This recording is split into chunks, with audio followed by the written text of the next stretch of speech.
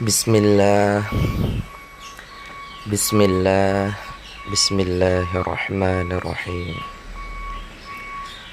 Alhamdulillahi Rabbil Alamin. Allahumma salli wa sallim ala Sayyidina Muhammad wa ala ali Sayyidina Muhammad.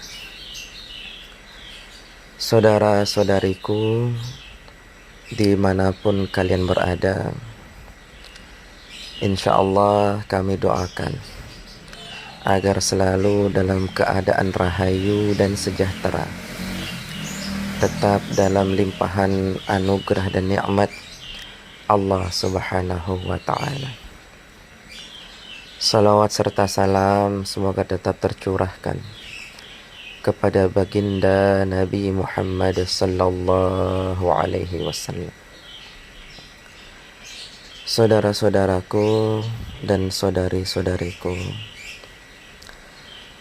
perlu kita ketahui bahwa di dalam beragama ada memiliki tata cara atau rukun-rukunnya. Seperti halnya seorang tukang ojek. Tukang ojek dapat disebut dengan sebutan tukang ojek tatkala memiliki 3 rukun. Rukun yang pertama adalah harus ada motor. Kedua, harus ada orangnya. Dan ketiga, harus ada bensinnya. Apabila kurang dari salah satu rukun ini, maka tidak bisa dikatakan tukang ojek. Sebagai contoh, ada motor, ada orang, tapi tidak ada bensin, maka dia tidak bisa dikatakan tukang ojek, melainkan disebut dengan orang sedang nganggur, orang scroll.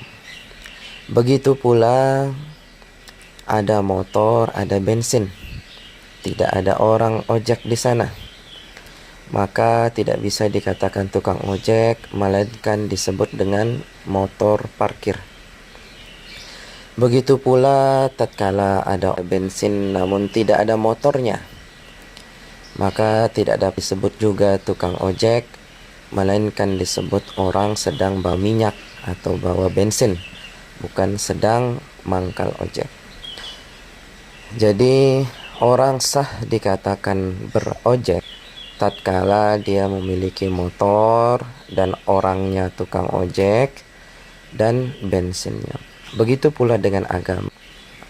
Saudara-saudariku, jadi agama itu memiliki 3 rukun. Rukun yang pertama disebut dengan rukun Islam. Rukun yang kedua disebut dengan rukun iman. Dan yang ketiga disebut dengan ihsan. Lalu apa itu rukun Islam? Jadi rukun Islam itu ada 5 perkara. Yang pertama, bahwasannya bersaksi bahwa tiada Tuhan selain Allah dan Muhammad adalah utusan Allah. Dan yang kedua adalah melaksanakan sholat 5 waktu sehari dan semalam, mulai dari subuh, lanjut ke zuhur, lanjut ke asar, lanjut ke maghrib, dan lanjut ke isya. Dan yang ketiga adalah berpuasa di bulan Ramadan selama 1 bulan penuh. Dan rukun Islam 4 adalah membayar zakat sebelum hari raya Idul Fitri. Dan yang kelima adalah melaksanakan haji apabila ada kemampuan, baik kemampuan secara harta, benda, kesehatan dan mental. Itu rukun Islam. Dan rukun agama yang kedua adalah rukun iman. Rukun iman itu ada 6. Yang pertama, yakin bahwasannya Allah yakin kepada Allah. Kedua, yakin kepada para malaikat. Ketiga, yakin kepada kitab Allah. Yang keempat, yakin kepada Rasul-Rasul Allah. Yang kelima, yakin kepada hari kiamat. Yang keenam, yakin akan ketetapan Allah yang baik dan yang buruk. Dan rukun agama yang ketiga adalah ihsan. Apa itu ihsan?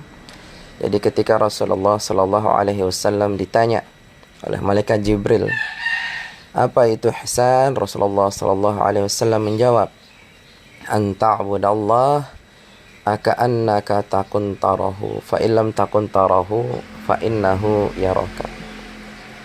Engkau menyembah Allah seakan-akan engkau melihat Allah. Namun apabila kau tak mampu, kau tak bisa, maka yakinlah Allah Subhanahu wa ta'ala melihat kamu. Saudari, saudara, jadi orang dikatakan beragama tatkala dia melaksanakan 3 rukun ini. Pertama, dia harus berislam. Kedua, dia harus beriman. Ketiga, dia berihsan. Dan adapun dalam bab ini, pendapat saya pribadi dengan perjalanan sendiri, dengan hal yang saya pahami sendiri. Jadi Islam itu saya rasakan bahwa Islam itu mengikat pada perbuatan lahiriah saya. Baik secara sholat, yaitu lahiriah saya sholat, yaitu berdiri, ruku, sujud, duduk di antara sujud, lalu salam. Begitu pula dengan berpuasa, itu juga dengan berzakat, begitu pula dengan berhaji. Itu adalah perbuatan lahiriah saya. Sehingga pendapat saya bahwa ini takluknya kepada jasad dan perkataan kita.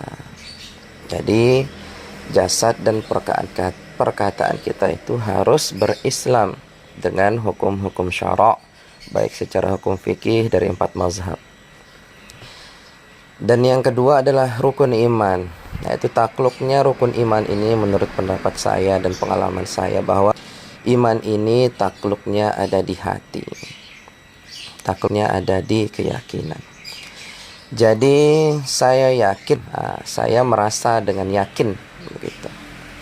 Jadi takluk itu ada di hati, yaitu keyakinan tentang Allah, keyakinan tentang malaikat, keyakinan tentang kitab, keyakinan tentang Rasul, keyakinan tentang hari kiamat, dan keyakinan tentang qada dan qadar.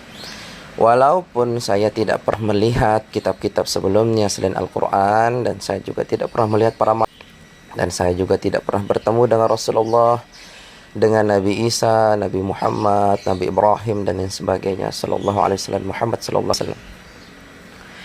Namun saya meyakini, jadi yakin itu takluknya kepada hati manusia.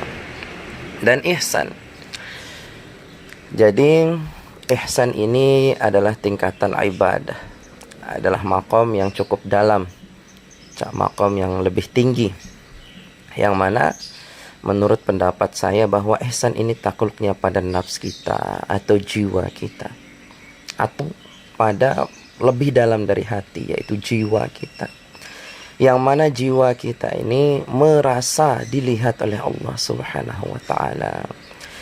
Jadi ketika dalam satu riwayat, ketika Sayyidina Umar bin Khattab ditanya tentang bagaimana cara Nabi Muhammad SAW melihat Allah pada saat melakukan Isra Mi'raj,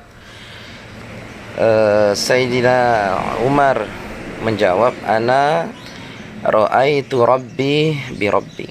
Jadi aku melihat Tuhanku dengan Tuhanku. Jadi ini kalimat cukup dalam karena menggunakan basirah atau mata batin, atau di dalam hati itu ada istilah nurani atau hati nurani. Jadi melihat Allah Subhanahu wa ta'ala dengan begitu. Dan ini mungkin kita batasi pembahasannya. InsyaAllah di kemudian hari kita akan perlahan-perlahan untuk membahasnya. Jadi saudara-saudariku, jadi rukun agama itu ada 3, yang mana 3 ini harus melekat pada diri kita. Islam harus melekat kepada perbuatan dan perkataan kita. Iman harus melekat dalam hati kita. begitu dengan ihsan harus melekat pula dalam jiwa kita. Saudara-saudariku, semoga Allah Subhanahu wa taala merahmati saya dan kita semua. Jadi cukup sekian dulu pembahasan kita. InsyaAllah ke depan kita akan sedikit-sedikit membahas pelajaran. Dan perlu kita pahami bahwa saya adalah orang yang lemah, orang yang bodoh, orang yang tidak mengerti ilmu. Tetapi maksud dan tujuan kami membuat channel YouTube seperti ini hanya untuk berbagi. Apabila ada kesalahan, maka itu dari diri saya. Dan apabila itu kebenaran, mendatang dari Allah Subhanahu wa taala. Sekian, assalamualaikum warahmatullahi wabarakatuh.